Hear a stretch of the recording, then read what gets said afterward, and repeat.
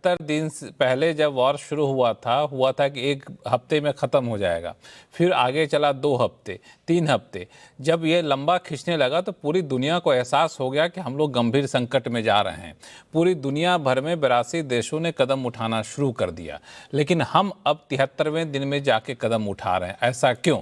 ये पूछा है आशुतोष जी ने। इसका जवाब दे दीजिए। बाकी इकोनॉमी के लिए तो हमारे पास शर्मा सर और भट्टाचार्य सर, उनके पास जाऊंगा मैं। सर मैं इसी का उत्तर दे रहा था कि भारत सरकार ने अभी तक कोई कदम नहीं उठाया है। पहली बात तो ये है, यही तो मैं पर इंपोर्ट ड्यूटी लगा दी नहीं अभी। हाँ देखिए सुनिए ना, तो वो केवल मैंने विदेशी मुद्रा को रोकने की दृष्टि से गोल्ड पर लगाया है, बाकी वो मैं पढ़ लिया प्लेटिनम पर है, वो सारे आज देखा हूं, वो धीरे धीरे। लेकिन इस समय एक देश से अपील है कि देश भविष्य की दृष्टि से खाड़ी का युद्ध जो है किस दिशा में जाएगा, वो कहां कहां तक फैलेगा, हमारे हाथ में नहीं है। वही नहीं है, क्राइसिस हमारे पास बहुत है। जो चीन है वो कह रहा है कि हम 2049 तक ताइवान को मिला लेंगे। अब चीन उसके लिए पहले से क्या करेगा? तो ये सारी स्थितियां हैं, उसमें एक लोगों से एक अपील है और निश्चित अपील है। अगर हमारा, तो आप जानते ही हैं कि अगर हमारा पेट्रोल का अगर इस बार 17 लाख करोड़ रुपया अगर माली पहले के हिसाब से हमारा अगर आयात बिल हो जाएगा तो देश की इकोनॉमी पर असर पड़ेगा, तो उसको बचाना जरूरी है। इससे जुड़े हुए हैं कि हमको फ्यूल की बचत करनी है, देश को तो ऐसी शिक्षा प्रधानमंत्री को देनी ही चाहिए, बचत करनी है। लेकिन मैं मानता हूं कि सिंबॉलिक से नहीं होगा।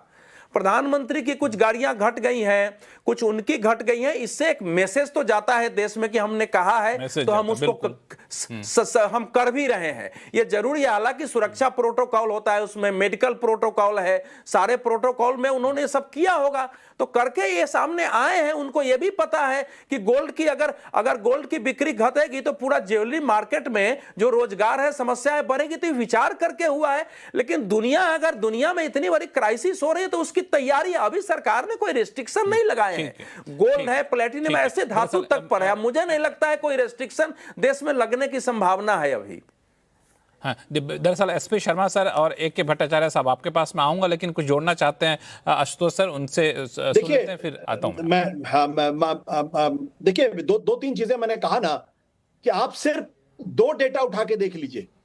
फॉरेन पोर्टफोलियो इन्वेस्टमेंट पिछले 6 साल में 4 साल 2021, 2022, 2025, 2026 1.34 लाख करोड़, 1.30 लाख करोड़, 1.24 लाख करोड़ और 1.61 लाख करोड़। और पिछले 6 महीने में, पिछले 5 महीने में, 10 मई तक का आंकड़ा मेरे पास है, 2 लाख करोड़ का फॉरेन पोर्टफोलियो इन्वेस्टमेंट हिंदुस्तान से बाहर जा चुका है।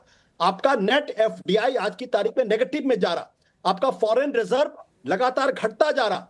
और तो और प्रधानमंत्री जी ये कह रहे हैं तो सर इसीलिए तो गोल्ड इंपोर्ट रिस्ट्रिक्शन की कोशिश की जा रही है। गोल्ड पे भी मैं आपको बता रहा हूं, प्रधानमंत्री जी जनता से कह रहे हैं कि आप नॉन एसेंशियल गोल्ड मत खरीदिए। और आरबीआई ने पिछले साल रिकॉर्ड गोल्ड खरीदा है, रिकॉर्ड गोल्ड। जो हमारा जो फॉरेन रिजर्व है, जो अमूमन 10% होता था गोल्ड का कंट्रीब्यूशन, इस वक्त 15 से 16% है। तो आप आरबीआई गोल्ड खरीद रही है, लोगों से कह रहे हैं आप गोल्ड मत खरीदो। तो ये कौन सी नीति? मुझे तो समझ में नहीं आती है बात। नहीं, इसमें एक चीज क्लैरिफाई कर दूं, जो आपने एफपीआई के जाने की बात की वो इसलिए गया जो माना जा रहा है वो ये है कि रुपया कमजोर हो रहा है, तो लोगों को वहां पे जो इन्वेस्टर थे उनके लिए फायदे का सौदा था पैसा यहां से निकालना। यूएस का मार्केट मजबूत हो रहा तो यहां से निकल सवाल ये उठ रहा है कि आपका रुपया क्यों कमजोर हो रहा? सवाल ये उठता है रुपया क्यों कमजोर हो रहा है? हाँ, ये एक सवाल है एसपी शर्मा सर और के भट्टाचार्य सर, रुपया की कमजोरी एक बड़ी चिंता है और इसमें फॉरेक्स का संभाल कर रखना ये एक बड़ी चुनौती होगी। आपके हिसाब से यहाँ पे सरकार को क्या करना चाहिए? देखिए, अगर रुपए की जो डेप्रिसिएशन जो हो रहा है, मैं ये मानता हूं कि ये मार्केट डायनेमिक्स का रिफ्लेक्शन है। इस वक्त हमारी जो इंपोर्ट और एक्सपोर्ट की जो गैप जो है, जो करंट अकाउंट की डेफिसिट जो है, इस हिसाब से जो रुपया का जो डेप्रिसिएशन हो रहा है, मैं मानता हूं ये मार्केट का रिफ्लेक्शन है। तो इसको अगर आप अपनी जो फॉरेक्स रिजर्व्स को इस्तेमाल करके रुपये को प्रोटेक्ट करने की कोशिश करेंगे, ये लॉन्ग टर्म दृष्टिकोण से ठीक नहीं होगा। तो रिजर्व बैंक ऑफ इंडिया अगर रुपये को थोड़ी बहुत डिप्रिशिएशन करने के लिए वॉलेटिलिटी के सिवा अगर कर रही है, ये एक अच्छी नीति है रिजर्व बैंक ऑफ इंडिया के लिए। और उससे जो इंपोर्ट में थोड़ी बहुत कर्व्स होंगी, इंपोर्ट करने में लोग जरा कॉस्टली मानेंगे और हमारे जो एक्सपोर्ट जो है वो थोड़ा कॉम्पिटिटिव होगा। हाँ जरूर उससे भट्टाचार्य, एक चीज समझना चाहूंगा आपसे मैं कि अगर फॉरेन ट्रैवल लोगों ने कम कर दिया, विदेशों में शादियां करना नहीं किया, फिर काफ़ी कम कर दिया, गोल्ड इंपोर्ट मान लिया 25% भी कम हो जाता है, तो इन सब से फॉरेक्स के या फिर विदेशी मुद्रा के बाहर जाने पर कितना असर पड़ेगा? देखिए, अगर मान लीजिए जो आपका जो टोटल ओवरऑल जो करंट अकाउंट बैलेंस जो है इस वक्त इस साल मतलब पिछले साल 1% जीडीपी के कम से कम था, 0.7% ऑफ जीडीपी था।